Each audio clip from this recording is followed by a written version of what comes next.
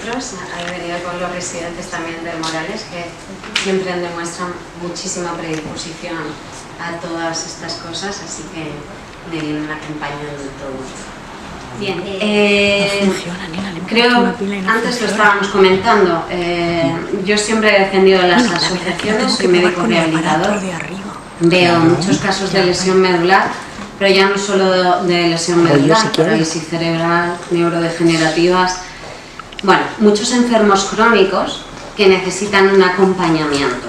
Creo que Aspain es todo un éxito, además he visto las infraestructuras que las desconocía, me he quedado alucinada y desde aquí mi más sincera enhorabuena porque acompañáis, mimáis, tratáis y animáis a este tipo de pacientes, así que enhorabuena. Para saber lo que es una lesión medular, voy a intentar dar una charla así, no demasiado médica, habrá términos médicos, pero para que me entendáis, porque mi objetivo aquí es que todos sepamos llevar este tipo de lesión y que no ocurra como ha comentado María del Mar, ¿no? Este médico que no sabía, se aturulló un poco, es lógico, es normal, no lo critico, lo que no vemos a diario o lo que no nos formamos, pues, pero bueno, que por lo menos vosotros sepáis un poco de qué va todo esto. La médula no os la voy a explicar, la columna vertebral ya sabéis que es una estructura cilíndrica protegida con la columna vertebral y que es como una autopista, ¿no?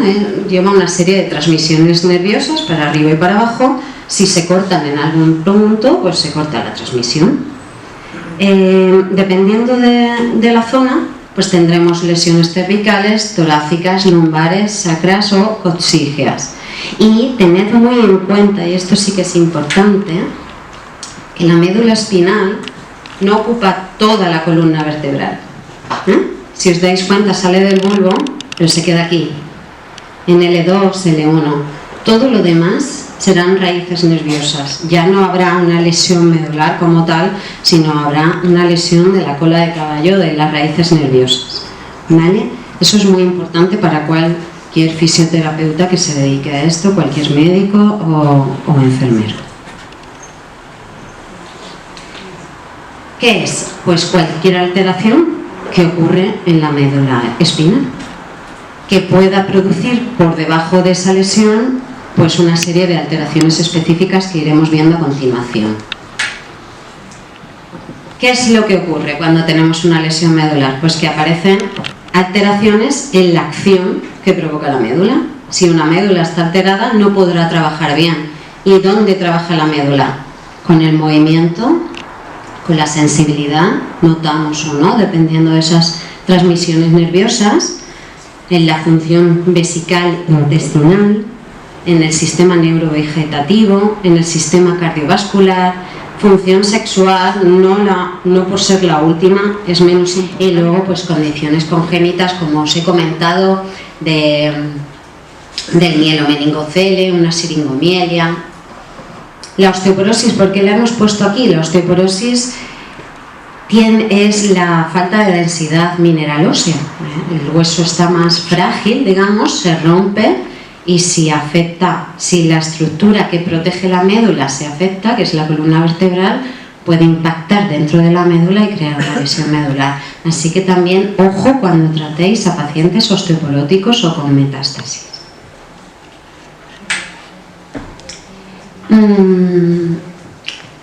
Como comentaba, las causas son las más frecuentes, las traumáticas.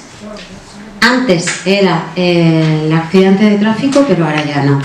Ahora son las caídas. Por la concienciación vial, pues las lesiones medulares han disminuido en el tráfico, pero las caídas y además muchas veces domésticas se producen lesiones medulares. Llevad cuidado con la gente mayor que no enciende la luz para ir al baño. Se cae, lesión medular. Me pedisteis prevención. Lo más difícil para mí ha sido la prevención, porque Prevenir una lesión medular. ¿Quién busca una prevención, una lesión medular? Pues nadie, es mala suerte.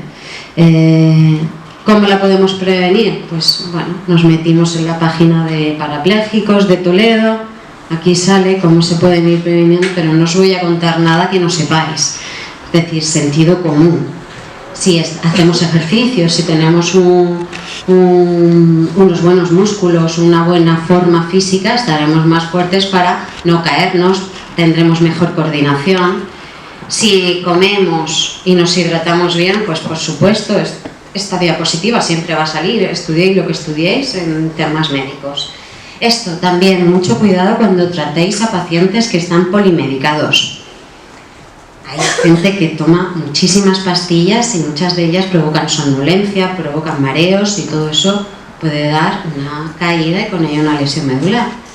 Ojo, muy frecuente, lo vemos muchísimo en los servicios de rehabilitación. La señora mayor que no quiere molestar a su hija por la noche se levanta sin encender la luz, se tropieza, se cae, hiperextensión cervical y lesión medular o fractura de cadera. Una de dos se lleva. Generalmente la fractura de cadera. Los zapatos. Siempre, por favor, que no lleven chanclas, que no lleven bailarinas, que los zapatos bien ajustados y con una buena amortiguación. Esto lo decimos mucho en las personas mayores, que en las casas no hay alfombras. Cuando ya perdemos cierta destreza motora, es decir, que con el envejecimiento nos hacemos algo más torpones, una alfombra puede ser la causa de nuestra caída, de nuestra lesión.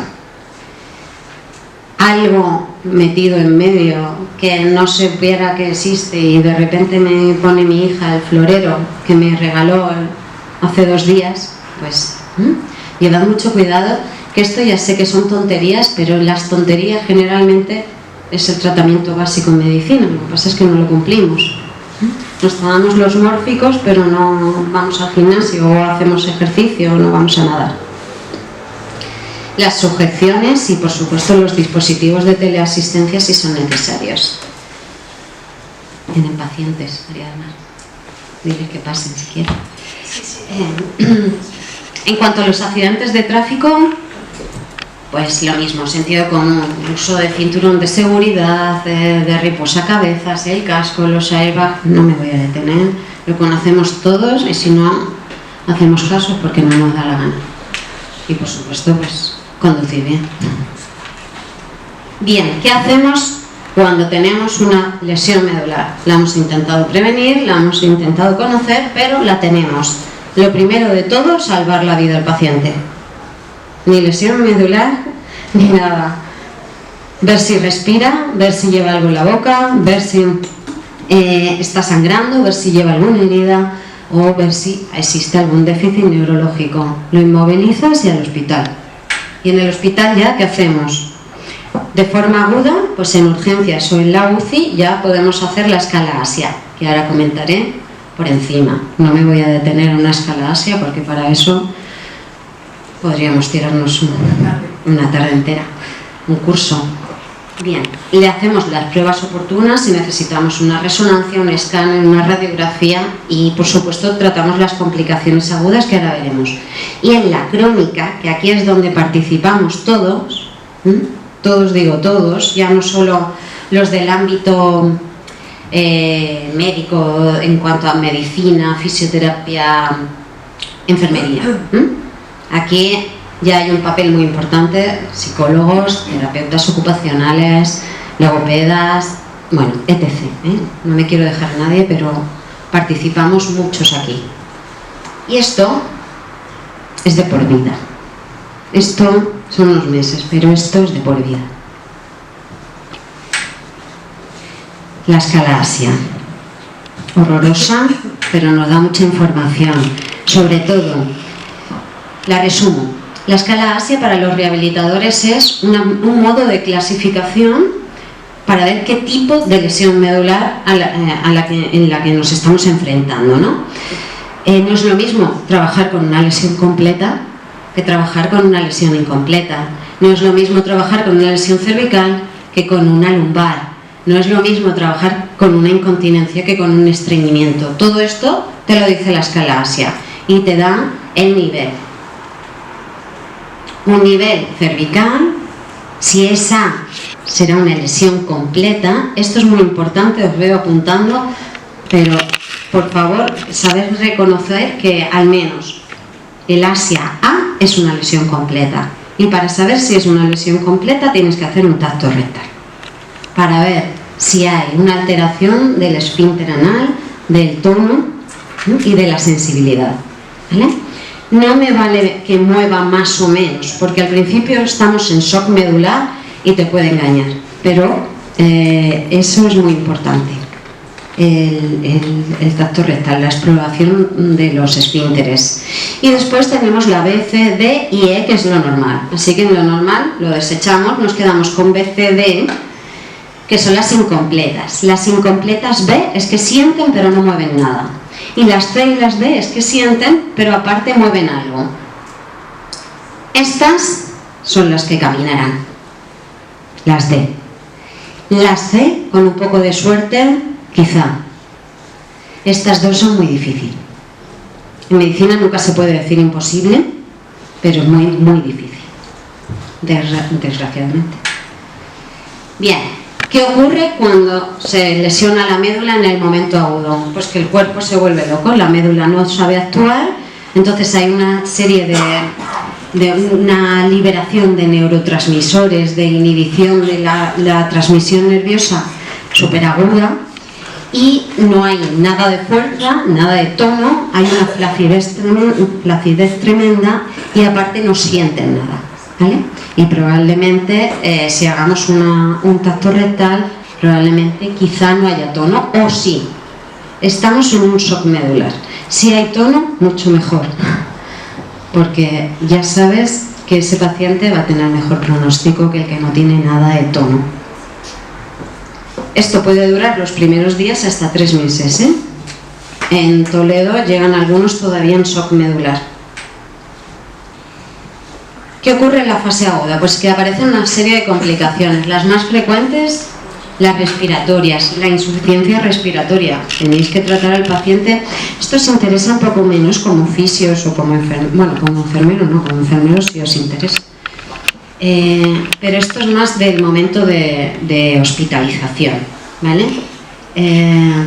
Insuficiencias respiratorias, alteraciones circulatorias, de repente una hipertensión tremenda, unas palpitaciones, una bradicardia, todo eso se tiene que tratar.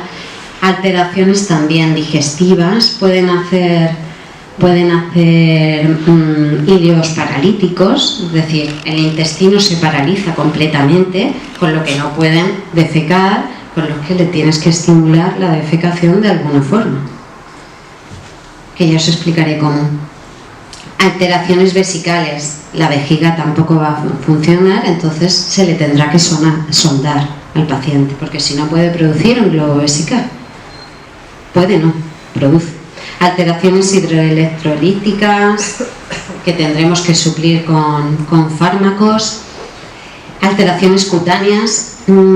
Esto lo iba a decir en la fase crónica, pero ya lo digo aquí. Cuando estuve trabajando en Toledo, en Murcia teníamos fama de las úlceras. Vienes de Murcia, entonces vendrás ulcerado. Eso es una pena, eso pasaba hace 10 años, ya no pasa. Pero por favor, que a ningún profesional que tratemos una lesión medular tengamos alteraciones cutáneas por hiperpresión, por no hacer un cambio postural. Os he dicho antes que lo más importante y lo más básico de la medicina es las tonterías, que llamo yo. Y esos son los que nos saltamos. Cambiar al paciente cada 3 horas no puede faltar, de postura quiero decir. Y luego pues una serie de contracturas de espasticidad que veremos a continuación. La fase crónica, aquí es muy importante el papel de fisioterapia. La fisioterapia respiratoria, la ventilación mecánica y cuando no se necesita tanto, al menos unas gafas nasales en algún momento para oxígeno. Los pacientes tienen alteración de la función sexual, que es muy importante. Estamos en el siglo XXI, chicos, chicas, Por favor, normalicemos estas cosas, porque si no lo normalizamos nosotros, nuestros pacientes no nos lo van a contar. ¿Qué tipo de lesión? Pues podremos tener una paraplegia, una tetraplegia, dependiendo de la zona de la columna donde hemos comentado. Si es en la zona torácica o lumbar, tendremos una paraplegia, una afectación del tronco y de los miembros inferiores, y si es en la zona cervical tendremos una tetraplegia. Puede ser por muchísimas causas.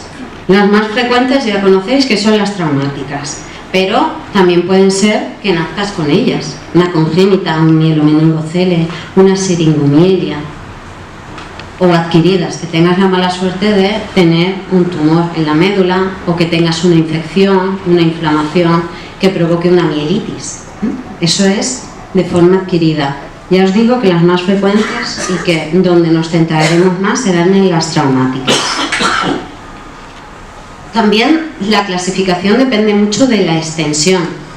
No es lo mismo que se afecte ese corte, en esa transmisión nerviosa se afecte de forma completa a que se afecte de forma parcial o incompleta. Si se afecta de forma completa, pues son las de peor pronóstico. Se afecta toda la médula y desgraciadamente son las más frecuentes. Son las secciones transversales, las mielitis transversas más conocidas. Pero si es incompleta, pues habrá una interrupción parcial, y aquí vamos a ir viendo diferentes casos para que os suenen si os vienen a vuestro trabajo, a vuestras consultas, a vuestro gimnasio, donde estéis trabajando. De las incompletas, esta es la más frecuente, y esta es muy frecuente en gente mayor, porque un factor predisponente es tener artrosis cervical. ¿Quién no la tiene a partir de cierta edad, ¿no? Pues las cervicoartrosis avanzadas pueden dar lugar a esto. El típico anciano o no tan anciano que sale de la ducha, hace una hiperextensión forzada de la columna cervical, un osteofito va hacia adentro de la médula y con ello una lesión medular centromedular. ¿Por qué se caracteriza? Porque hay mayor afectación de miembros superiores. Estos pacientes son tetraplegias, pueden ser tetraplegias, estamos hablando de nivel cervical, pero pueden caminar. Tetraparesias, que pueden caminar pero quizá no pueden comer, porque tienen muchísima más afectación en los miembros superiores. Es muy característico. No es exclusivo de la región cervical, pero casi. Otro tipo, el cordón anterior, motor. ¿Qué va por los haces anteriores de la médula?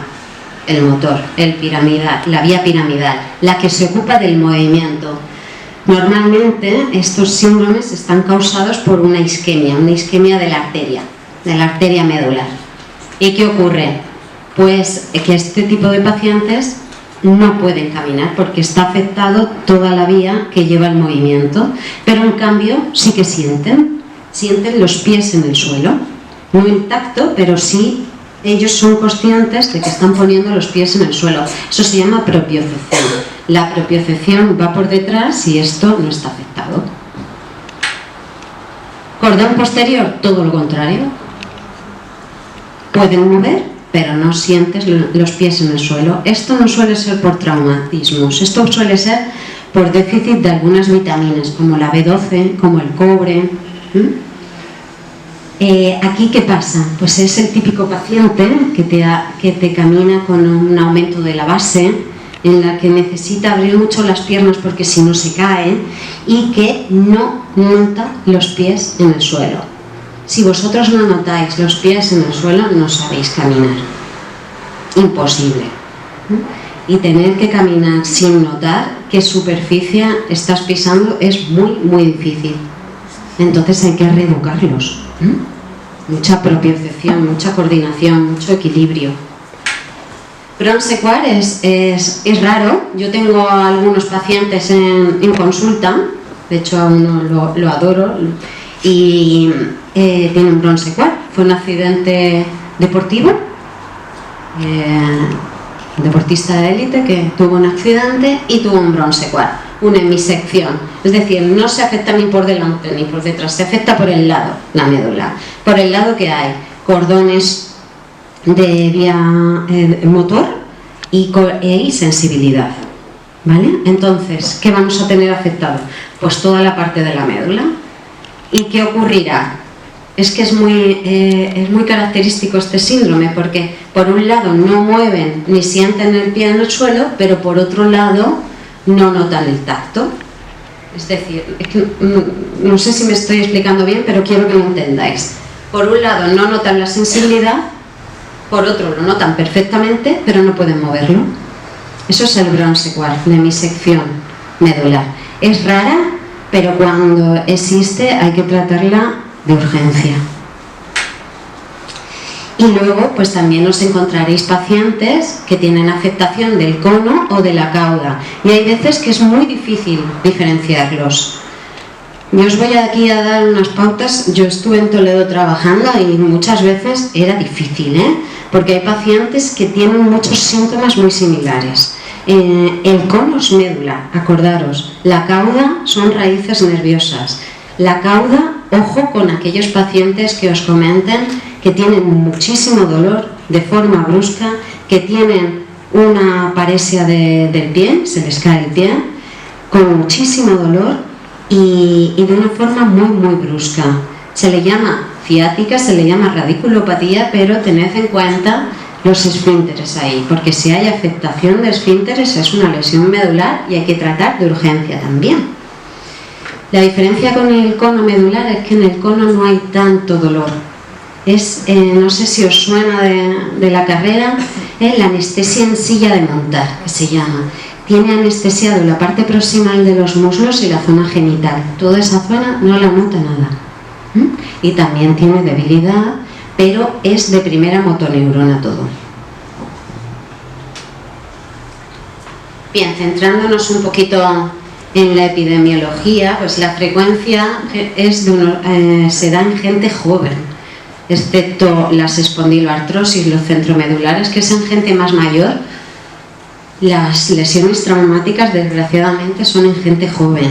Y antes, todavía, hace unos 20 años, bueno, no tanto, hace unos 10 años, cuando estuve yo en Toledo, era gente mucho más joven, de 25, 30 años, los accidentes de tráfico. Ahora ha cambiado un poco la etiología, gracias al cinturón de seguridad, gracias a la reducción de la velocidad, la concienciación, pero desgraciadamente es en gente joven y predomina en varones. Hay una susceptibilidad cuando hay artrosis, cuando hay una inestabilidad aloasoidea. ¿Eso qué es? Pues las primeras vértebras están inestables. Eso se da, por ejemplo, en las artritis reumatoides. Seguro que sí, porque por lo que he visto abajo. Pero es básico, ¿vale? Porque se te puede saturar el paciente y muchas veces pues tener algún sustillo, ¿no? Vacunación, por favor.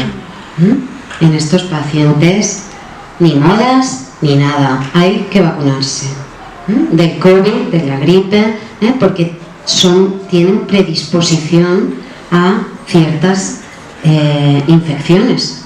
En parte están inmunodeprimidos y, por favor, no doy lugar a debate aquí. Fisioterapia respiratoria, ya lo he comentado, muy importante. ¿Por qué? Porque hay veces que no pueden utilizar los músculos costales, no pueden utilizar el diafragma, entonces no pueden toser. Si se les acumula el moco, no pueden toser y se ahogan. Estábamos comentando antes pues, que hay muchos pacientes pues, que les tienes que estar aspirando para seguir tratando, ¿no?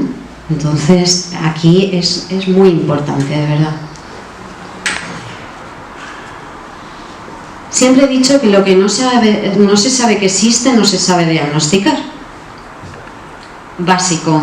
Si un paciente veis que por encima del nivel de lesión empieza a ponerse rojo, sudoroso, con una cefalea tremenda, con una hipertensión, sudando, y justo por debajo de la lesión ocurre todo lo contrario, se pone frío, pálido, hay una vasoconstricción exagerada y arriba de la lesión una vasodilatación exagerada. Disreflexia autonómica. Se te puede ir el paciente ahí mismo, ¿eh? Así que tenéis que saber tratarlo porque es muy, muy importante. Y para saber reconocerlos tenéis que saber que existen. Yo cuando llegué a Toledo no sabía ni que existía. Y en Toledo vi muchos casos de pacientes que se ponen muy malitos. Muy, muy malitos. ¿Qué hay que hacer? Tratar los síntomas lo primero, bajar la tensión, tal, bueno, temas médicos. Pero incorporarlo. Si os pilla sin ningún médico y está acostado, lo incorporáis enseguida, lo relajáis, le decís que estáis aquí para ayudarle, que se le va a pasar y empezáis a buscar causas. Las causas generalmente, las cosas básicas que os he dicho, que no puede hacer caca o que no puede hacer pipí. Retención vesical o retención fecal, un fecaloma. Si existe un fecaloma, a urgencias porque hay que quitárselo. En cuanto se lo quitas, se acabó la disreflexia. En cuanto te crees que es una retención vesical, hace un globo vesical, le palpas. Si notas algo duro, porque no te va a decir si le duele. Si notas algo duro, le pones una sonda o lo mandas para que le pongan la sonda. En cuanto hace pipí, se le pasa. Es una causa, el tratamiento es etiológico. En cuanto encontramos la causa, acabamos generalmente con el problema. Retirar las prendas ajustadas, si lleva vaqueros y tal, se lo quitáis, si lleva cinturón. La búsqueda de las cosas que os he comentado generalmente son esas, Y luego, pues evidentemente las medidas farmacológicas, que son temas médicos que no me voy a meter cómo se trata una hipertensión. Mucho más riesgo, pacientes con limitación de la movilidad, pacientes con predisposición para una trombosis. En las piernas o en el pulmón, un tromboembolismo pulmonar. Los 3 primeros meses heparina. Y ya en crónicos se ha demostrado que no hace falta. Las medias de compresión, no sirve, es que me molestan, es que no, es que no, las medias puestas. La disfunción intestinal, esto causa muchísima discapacidad. ¿Por qué? Hay veces que la lesión, cuando es por encima del cono, son más estreñimientos, es un intestino más hiperactivo y por debajo de la lesión, del cono, es más incontinencia. Hay pacientes que no contienen y hay pacientes que están muy estreñidos. Hay que tratar tanto una cosa como la otra. Muchas veces requieren supositorios a diario, o laxantes, o estimulación digital. Normalizar esto también, enseñarle al paciente, enseñarle a la pareja, que si no pueden hacer caca, muchas veces simplemente con la estimulación anal les favoreces el reflejo defecatorio y les salvas la vida, literalmente. Porque si no pueden acabar en la disreflexia autónoma que os he comentado antes. Tiene muchísima importancia, de verdad. El masaje abdominal, comprimir, apretarle, darle un masaje, ponerlo en posición correcta, por supuesto, echarlo hacia adelante. Y las maniobras de Valsalva o las de Credé, que son las de, bueno, si tiene un paciente fuerza, pues que apriete, pero es que muchas veces no tiene abdomen, entonces le tienes que apretar tú. Y eso es una manera de favorecer el hábito intestinal. Lo mismo, pero en vez de con el intestino, con la vejiga. Hay muchísimas alteraciones vesicales, generalmente casi todos los tienen, a no ser que sea una incompleta muy muy leve. Y puede ocurrir una serie de peculiaridades dependiendo del tipo de lesión. No me voy a detener tampoco porque es un tema más árido. Pero tened en cuenta que si no saben, les tenéis que enseñar los enfermeros les tienen que enseñar a sondar. Y hay veces que no necesitan una sonda permanente porque eso favorece muchas infecciones. Entonces lo que hacen es sondarse ellos mismos 3, 4, 5 veces al día cuando necesiten. Porque ellos no tienen el estímulo de micción, entonces necesitan sondarse. y por supuesto pues hay una serie de fármacos que se usan en Toledo, que usamos en rehabilitación, que usan los urólogos y que favorecen mucho la calidad de vida de estos pacientes. Esto, la espasticidad. Me voy a detener un momento porque no sabéis lo importante que sois para ellos. Fisios, terapeutas, logopedas, psicólogos, mucho más importante que un médico. ¿Por qué? Porque yo lo veo una vez al año, pero tú estás con él a diario o semanalmente o trimestralmente o... Si tú piensas que la toxina botulínica no funciona para nada, se lo vas a decir al paciente de una forma o de otra, y ese paciente yo nunca le voy a poder pinchar la toxina botulínica, que es un tratamiento muy efectivo para la espasticidad. Disminuye el dolor, disminuye la espasticidad, mejora la calidad de vida y prácticamente no tiene efectos secundarios. Por ejemplo, es que me han venido casos y me da mucha pena perder ciertos tratamientos que creo que pueden ayudar y con la ayuda del fisio o del psicólogo, sobre todo el fisio, que luego les tire esos músculos que yo he infiltrado y ganemos muchísimo más, pues es una pena que por ciertas consideraciones que creo que no son del todo ni éticas en algunos casos, pues perdamos ese tipo de tratamiento y esa oportunidad para ayudar a nuestro paciente. Digo la toxina, como digo las férulas, o como digo, tened en cuenta que muchas veces necesitan muchas férulas de descarga, muchas férulas que ayudan. Si no os gusta, si no tal, se soluciona rápido, o por carta, o por tal, o por teléfono. Oye, vale, es que creo que, perfecto, pues quizá lleve razón, a lo mejor lo modifico un poco tal. Pero lo que pensáis sobre ciertos tratamientos luego afecta muchísimo a la hora de ofrecérselos al paciente. Eso es muy bueno, porque sois muy importantes. Entonces, si vamos de la mano, llegamos al éxito. Si no vamos de la mano, al final lo paga el paciente. Bien, los cambios posturales que he dicho, la cinesiterapia. Es muy importante empezar a mover al paciente desde el primer día, con movilizaciones pasivas si no puede, con movilizaciones activo-asistidas si puede.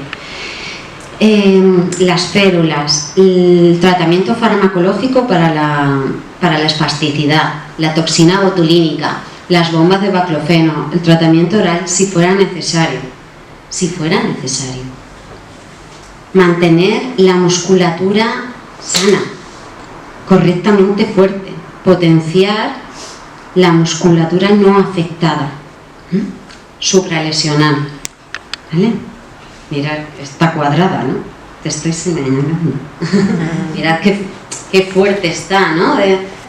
Tú le ves el brazo a María del Mar y me lo ves a mí y está muy fuerte. Entonces, tiene que empujar una silla de ruedas.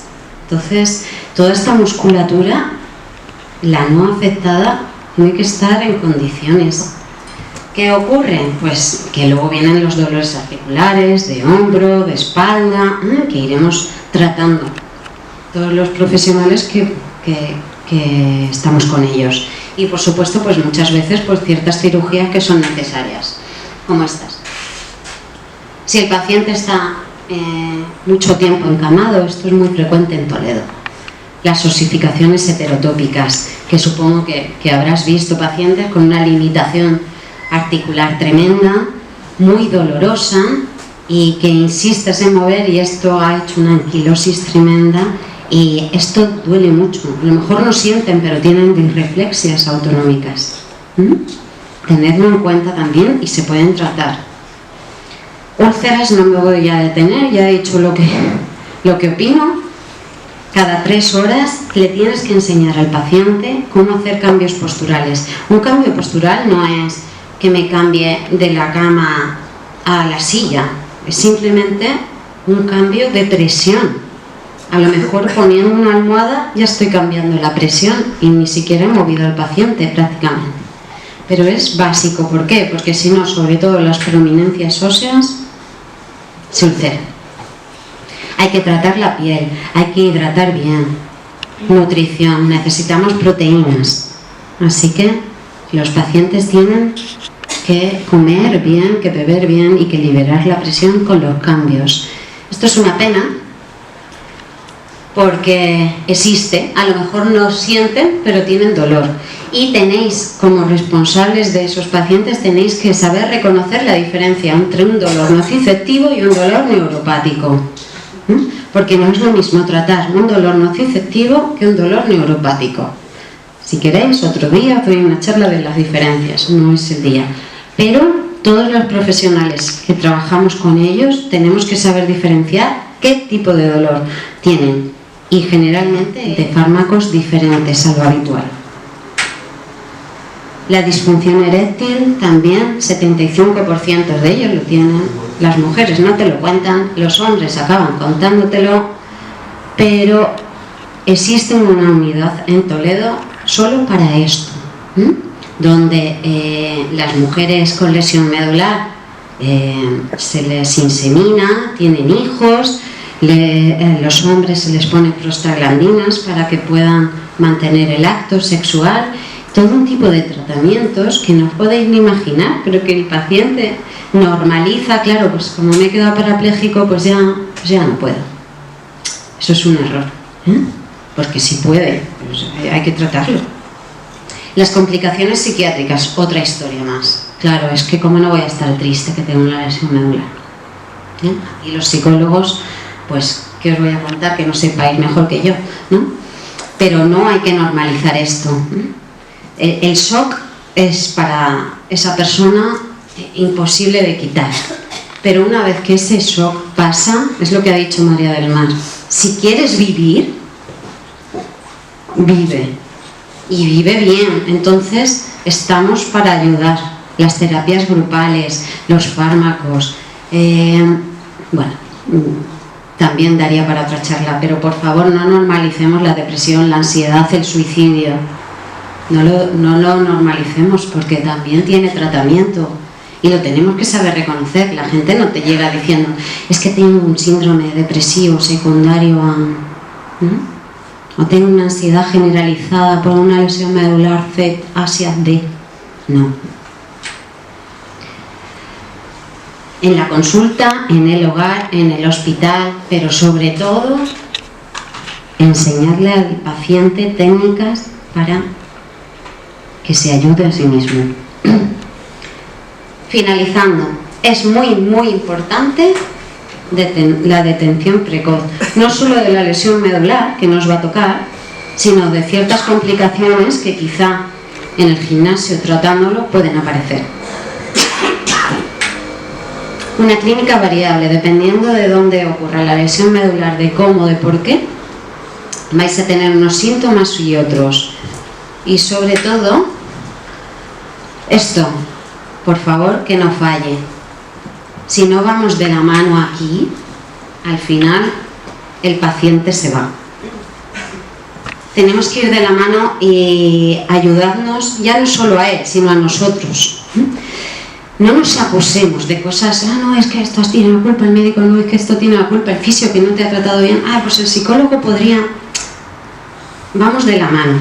Entonces creo que si nosotros, como profesionales, nos ponemos de acuerdo y llevamos una misma onda, el paciente puede salir muchísimo más beneficiado, más contento y más feliz. Gracias.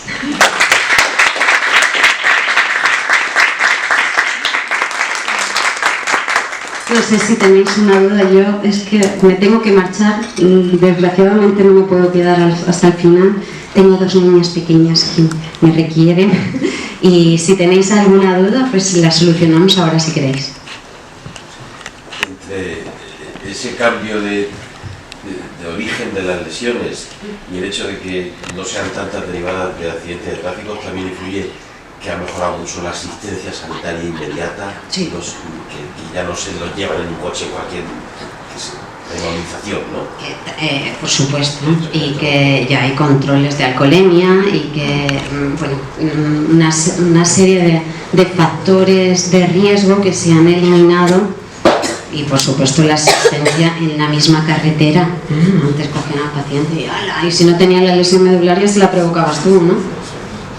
Pero ahora no, ahora si veis un accidentado no lo toquéis, ayudadle, hombre, a no ser que se vaya a quemar el coche, entonces hay que sacarlo, pero que lleguen los servicios de asistencia, que pongan su buena inmovilización. Vosotros como personas os quedáis al lado acompañándole, tranquilizándole. Si está sangrando, comprimís, pero por favor no cometamos más daño del que existe muchas veces.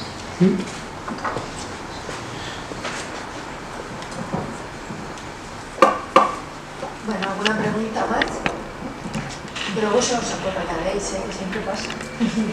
De todas formas, yo quería decir que tanto mis resis, mis compañeros, como yo misma, estamos a vuestra disposición. Es decir, nosotros estamos en el Morales, estamos aquí al lado. Creo que, bueno, ya lo hemos estado hablando, me ha encantado lo que tenéis aquí. Creo que hay que aprovecharlo, más que nada ya no por la lesión medular, sino por cualquier paciente que lo necesite. Y creo que el tema está un poco en el desconocimiento. Yo misma desconocía que tenéis esto aquí abajo, ese gimnasio, que tenéis cierto aparataje, cierto que no tenemos nosotros. Y vamos, es muy importante que lo sepamos aprovechar y que, por supuesto, cualquier cosa que necesitéis de nosotros la tenéis.